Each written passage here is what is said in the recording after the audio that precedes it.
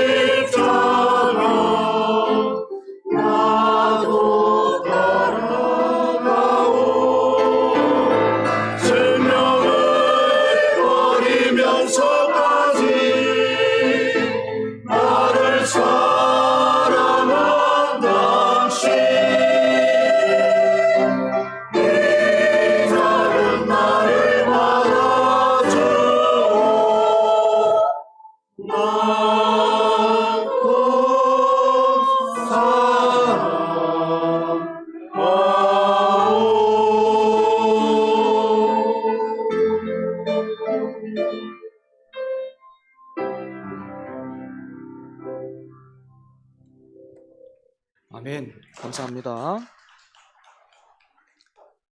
교회 소식에서 알려드린 것처럼 우리 교회는 이번 주일과 다음 주일 성례식을 거행하려고 합니다. 성례에 있어서 천주교는 성례라는 표현 대신에 성사라는 단어를 사용하고 있는데 세례와 견진, 성체, 고해, 병자, 성품, 혼인 이렇게 7가지를 인정하고 있다면 우리 개신교는 세례와 성찬 2가지만 성례로 인정하고 있습니다. 지난해까지는 우리 교회가 한 주에 세례와 성찬을 정반기에는 부활절에 그리고 또 하반기는 추수감사주일에 그렇게 진행을 했는데 제가 이 뭐 세례나 또 성찬이나 뭐 부활절 이렇게 다 준비를 하려고 하다 보니까 몸도 바쁘고 또 마음도 일단 재주가 없었어요. 부활절의 의미도 담아내고 또 세례와 또 성찬의 의미를 같이 담아내 보려고 했는데 너무 분주하고 또 힘들어지는 것 같아서 올해부터는 세례와 성찬을 분리시켜서 각각 한 주씩 한번 진행해 보려고 합니다. 먼저 여러분들에게 한 가지 질문을 드리면서 오늘 말씀을 시작하려고 해요. 여러분은 오늘처럼 성례식이 있는 주일이면 어떤 생각이 드십니까? 교회에 처음 오신 분은 목사가 이상한 옷을 입고 있구나 그렇게 생각하실 수도 있겠고 또 어느 정도 신앙생활을 해오신 분들은 제가 이렇게 가운 입고 있으면 야 오늘 잘못 걸렸다. 오늘 야 예배 늦게 끝나겠네. 여러분 그렇게 생각하실 수 있을 것 같아요. 어떻게 아냐면 제가 청년 때 그랬거든요. 청년 때 주일이 돼서 부지불식간에 이렇게 성례식이 되면 오늘 예배 늦게 마치겠다, 힘들겠다 그런 생각을 했습니다. 그러니까 예전에 저는 성례식을 지루한 종교적인 의식이라고 생각했던 거죠. 그죠? 그런데 여러분 정말로 그럴까요? 교회의 오랜 역사를 통해서 태어나고 또 다듬어진 건전한 신앙 고백들에 따르면 참된 교회의 표지에는 3가지가 있습니다. 참된 교회의 표지 3가지. 제가 한번 가르쳐 드린 적이 있는데 혹시 기억나시는 분 있으십니까? 3가지. 뭐지요? 말씀과 성례와 권징이에요. 참된 교회의 표지 3가지 뭐라고요? 말씀과 성례와 권징. 그러니까 어떤 교회가 바르고 건강한 교회인가? 여러분 좋은 교회 만나고 싶잖아요. 그죠?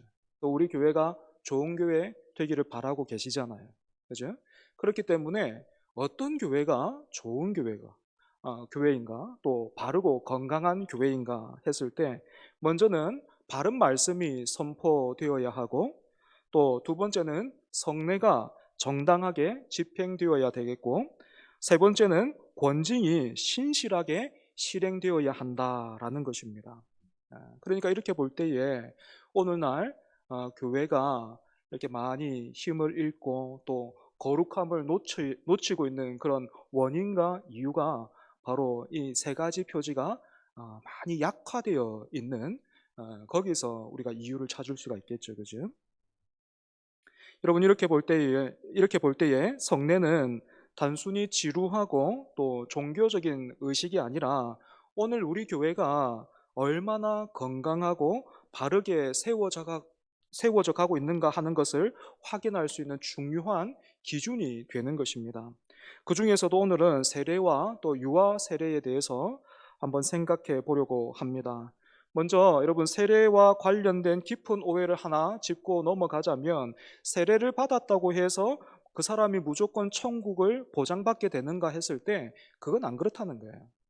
세례를 받으면 무조건 천국 갑니까? 안 그렇단 말입니다. 하나님 나라는 오직 예수 그리스도를 구주로 고백하는 믿음으로만 약속받기 때문이죠. 그러면 세례는 아무런 의미가 없는가 하면 그렇지 않습니다. 세례는 마치 한 사람이 이전의 삶을 모두 다 정리하고 새로운 나라로 이민을 가기로 결정한 것과 같기 때문입니다. 이게 무슨 말인가 하면 성경을 보면요. 하나님께서 애굽 땅에서 종으로 살고 있던 이스라엘 백성들을 구원하시지요. 그지? 그리고 또 그렇게 자유를 주신 뒤에 이스라엘 백성들에게 어디 한번 잘 살아봐라 하고 하나님이 떠나신다거나 멀리서 지켜보신다거나 그렇게 하시지 않고 그 백성들과 함께 동행하십니다. 여러분, 이 동행의 의미가 무엇입니까? 이스라엘을 통해서 한 번밖에 없는 인생을 어떻게 살아야 잘 사는 것인지, 또 복되고 영광스러운 삶은 어떤 모습인가 하는 것을 가르쳐 보이시고, 다른 백성들을 그러한 삶으로, 그러한 나라로 초청하기를 원하셨던 것이지. 그래서 하나님이 이스라엘을 통해서 펼쳐 보이신 것이 무엇입니까? 하나님만을 섬기고 하나님의 말씀에 순종하며 사는 삶이 진실로 아름답다라는 것입니다.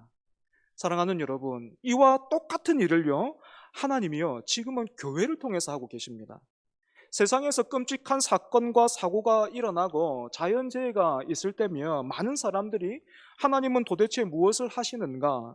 하나님이 계신다면 왜 이런 일들이 일어나는가? 물으면서 회의감에 사로잡히지만, 하나님은 여전히 그 은혜와 사랑을 거두지 않으신 채 교회를 통해서 수고하고 무거운 짐진 자들을 부르시고 쉼을 주고자 하시는 것입니다.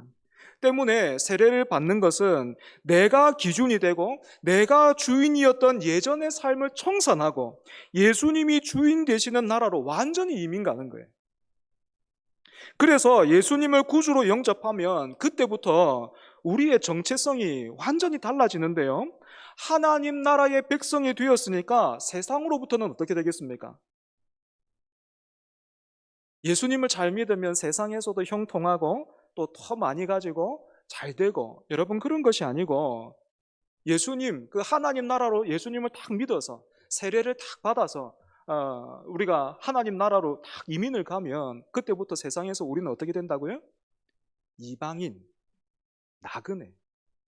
우리는 세상에서요, 이방인과 나그네로 사는 사람들입니다. 우리가 가끔 여행을 가보면 거기에도 참 좋은 건 많잖아요. 그죠? 화려하고 멋진 것 많이 있어서 보고 누릴 때, 야, 참 좋구나 싶지만, 그걸 가지려고 막 아둥바둥거리지 않고, 그래도 내 집이 최고지 하면서 집으로 돌아와서 쉼과 안정을 누리는 것처럼, 하나님 나라 백성들은 이제 다른 곳이 아니라 하나님의 은혜와 사랑 안에서 쉼과 만족을 얻고 하나님의 통치를 기뻐하면서 거기에서 소망을 얻는 것입니다. 이처럼 여러분, 세례가 공식적으로 자신의 신앙을 고백함으로 내가 주인이 된 자리에서 하나님의 통치, 그 하나님이 통치하시는 나라로 이민을 가는 것과 같다면, 어떻게 이 예식을 지루한 종교적인 의식으로만 우리가 여길 수가 있겠습니까? 뿐만 아니라 여러분, 세례를 줄 때에 목사가 선언하는 내용을 가만히 한번 들어보십시오. 여러분들도 다 그렇게 세례를 받으셨을 텐데 목사가 어떻게 말하던가요? 내가 이제 누구누구 아무개에게 성부와 성자와 성령의 이름으로 세례를 주노라. 그렇게 하죠, 그지? 영광스럽게도 저와 여러분의 이름이 누구의 이름과 함께 언급되고 있습니까? 삼위일체의 하나님의 그 이름과 함께 언급되고 있죠, 그죠? 성경에서 이렇게 이름이 언급된다는 말은 그 이름의 존재 전체를 의미하는 것인데, 세례를 받을 때 우리의 이름이 삼위일체의 하나님과 함께 불리면서 하나님과의 그 끊을 수 없는 관계로 들어가게 되는 거예요. 그래서 세례를 받는 개인에게만 의미가 있는가 하면 여러분, 그렇지가 않습니다. 초대교회에서부터 세례는 공동체 전체의 의식이었어요. 이제 막 세례를 받은 사람은 방금 태어난 아기처럼 공동체의 보호와 사랑과 인도가 필요했던 거죠. 그래서 여러분, 누가 이 세례를 받은 사람, 오늘 유아 세례를 받고 또 학습을 받는 분 계신데, 누가 그 일을 합니까? 누가 이분들을 보호하고 사랑하고 인도해 줍니까? 바로 먼저 세례 받은 지체들이 그 일을 감당하는 거예요. 우리 교회 김태균 전도사님 가정이 운영하고 있는 유튜브 채널이 있습니다. 우리 사모님 유튜버인데 여러분 알고 계십니까? 유튜브 채널이 있어요. 근데 며칠 전에 그 유튜브를 보니까 올해 13살 되는 첫째가 막내를 목마를 태우고 동네 마실 다니는 거 봤습니다. 여러분, 그런 모습이 바로 공동체입니다. 세례를 통해서 한 영혼이 우리 공동체에 더해질 때마다 아유 뭐 그런가 보다, 누가 또 세례를 받네, 뭐 그렇게 지나치거나 아니면 또 동생 늘었네 하면서 그렇게 귀찮게 여기는 것이 아니라 좋은 것을 함께 누리기 위해서 먼저 믿고 먼저 세례를 받은 저와 여러분이 수고를 자기 목을 내어 놓는 거예요. 그것도 기쁨으로 당연하게 하는 것입니다. 간절히 바라기는 우리 교회가 시간이 지날수록 이와 같이 성숙해져 가기를 바랍니다. 두 번째로 우리가 살펴볼 것은 유아 세례입니다. 유아 세례에 있어서 많은 분들이 고민하고 질문하고 있는 부분은 자기 스스로 믿음의 고백을 할 수 없는 아이가 어떻게 세례를 받을 수 있는가 하는 것입니다. 그래서 침례교 같은 교단에서는 아예 유아 세례를 인정하지 않습니다. 저는 그런 어떤 해석과 선택을 존중합니다. 하지만 여러분, 유아 세례에는요, 이런 근거와 유익도 있어요. 첫 번째로 성경이 소개하는 하나님은 언약의 하나님이신데 그 언약 자체도 사실은 은혜로 주어진 것이다 라는 사실입니다.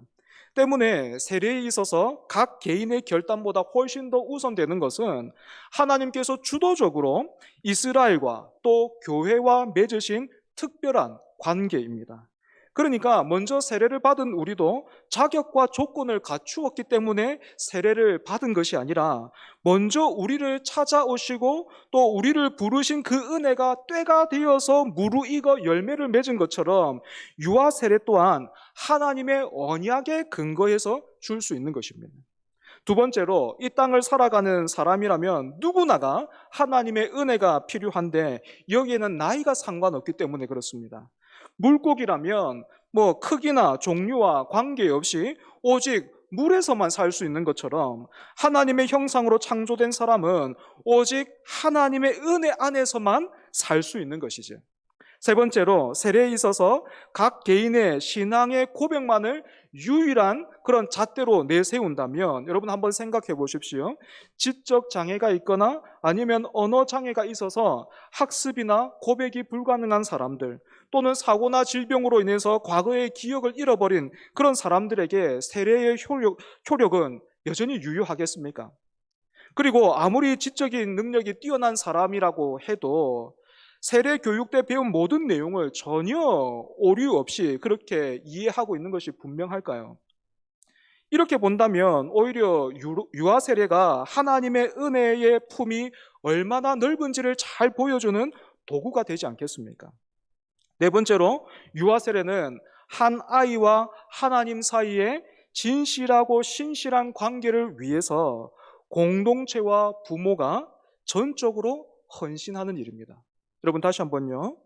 유아 세례는 한 아이와 하나님 사이에 신실하고 진실한 관계를 위해서 공동체와 부모가 전적으로 헌신하는 일이에요. 한 명의 아이를 키우기 위해서는 마을 전체가 필요하다라는 말이 있는 것처럼 교회 안에서 한 생명이 은혜 안에서 잘 성장하기 위해서는요, 모든 교회 식구들의 헌신이 필요한 거예요.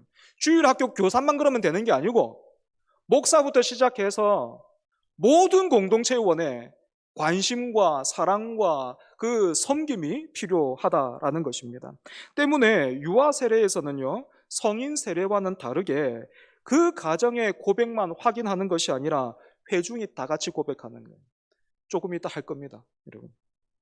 그래서 다른 나라 교회 중에서요, 이런 세례, 이렇게 우리가 참된 교회의 표지 그 중에 하나가 성례에 있다, 우리가 배웠는데 이 성례가 잘 정착되어 있는, 공동체적으로 잘 정착되어 있는 교회 중에는 이런 어떤 일도 있다 제가 들었습니다.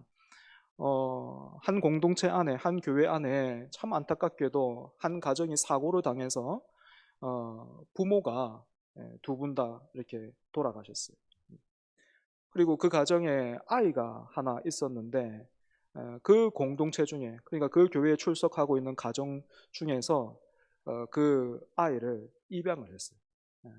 왜 그렇게 했냐면 너무 불쌍하기 때문에 그런 게 아니고 함께 서약을 했기 때문에, 유아 세례를 하면서 세례를 베풀면서 나 또한 그렇게 살겠습니다, 나 또한 그렇게 수고하겠습니다 헌신하고 서약했기 때문에 그 가정이 남겨진 아이를 자기 가정으로 이렇게 들여서 그 아이를 잘 돌보는 그런 일들도 있다 하더라고요.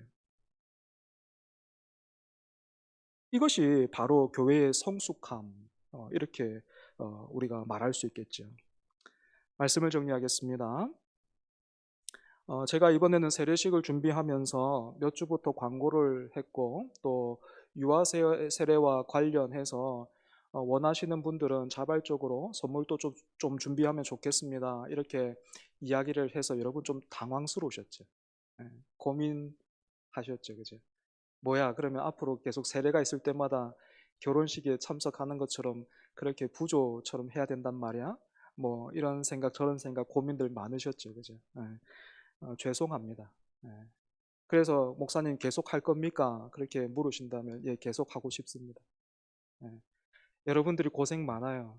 저도 담임 목사가 처음이고 유아 세례가 또 처음이고 하다 보니까 잘하고 싶은데 어떻게 해야 되는지, 어떻게 해야 잘하는 것인지 몰라가지고 예, 제가 여러분들에게 어떤 부담도 드리고 또 때로는 걱정도 이렇게 하게 만들고 그렇게 되는 것 같은데, 여러분들 이런 마음은 좀 잘 공유해 주시기 바랍니다. 이 성례는요, 세례는요, 공동체적인 의식이어야 합니다. 여러분, 우리 공동체에 생명이 있으며 무엇으로 드러납니까? 뜨거운 찬양 너무 좋죠. 예. 목사의 설교, 뭐 이렇게 훌륭한 설교, 제가 조금 노력은 더 해야 되겠지만, 예, 너무 좋죠. 예, 다 좋지만 무엇보다도 하나님께서 우리 공동체에 더해 주시는 그 생명, 세례, 유아 세례, 예, 그것을 통해서 우리가 확인하게 되는 거예요. 예. 이야, 우리가 살아있구나. 이야, 우리를 통해서 하나님이 이렇게 일하시고자 하는구나 하는 것을 우리가 확인하게 되는 게 바로 이 성례식이라는 거예요. 때문에 여러분, 우리가 어떻게 가만히 있을 수 있겠습니까? 네. 여러분이 우리 교회를 정말로 공동체라고 여긴다면, 여러분 가정에 손주가 태어나고 자녀가 태어날 때, 또 하나, 뭐 감사하네. 여러분 그렇게 지나가는 사람이 있습니까? 없잖아요, 그죠? 네. 마찬가지라는 거죠. 그래서 앞으로는 우리 교회가 어떤 모습이 될지는 모르겠지만 오늘의 시작으로 해서 이 세례식만큼은 좀 잔치였으면 좋겠어요. 정말 축복하고 정말 축하하는. 물론 여러분 한 가지 알아두십시오. 운전면허를 나누어 주는 것처럼, 운전면허증을 따는 것처럼 그렇게 세례를 주지는 않을 겁니다.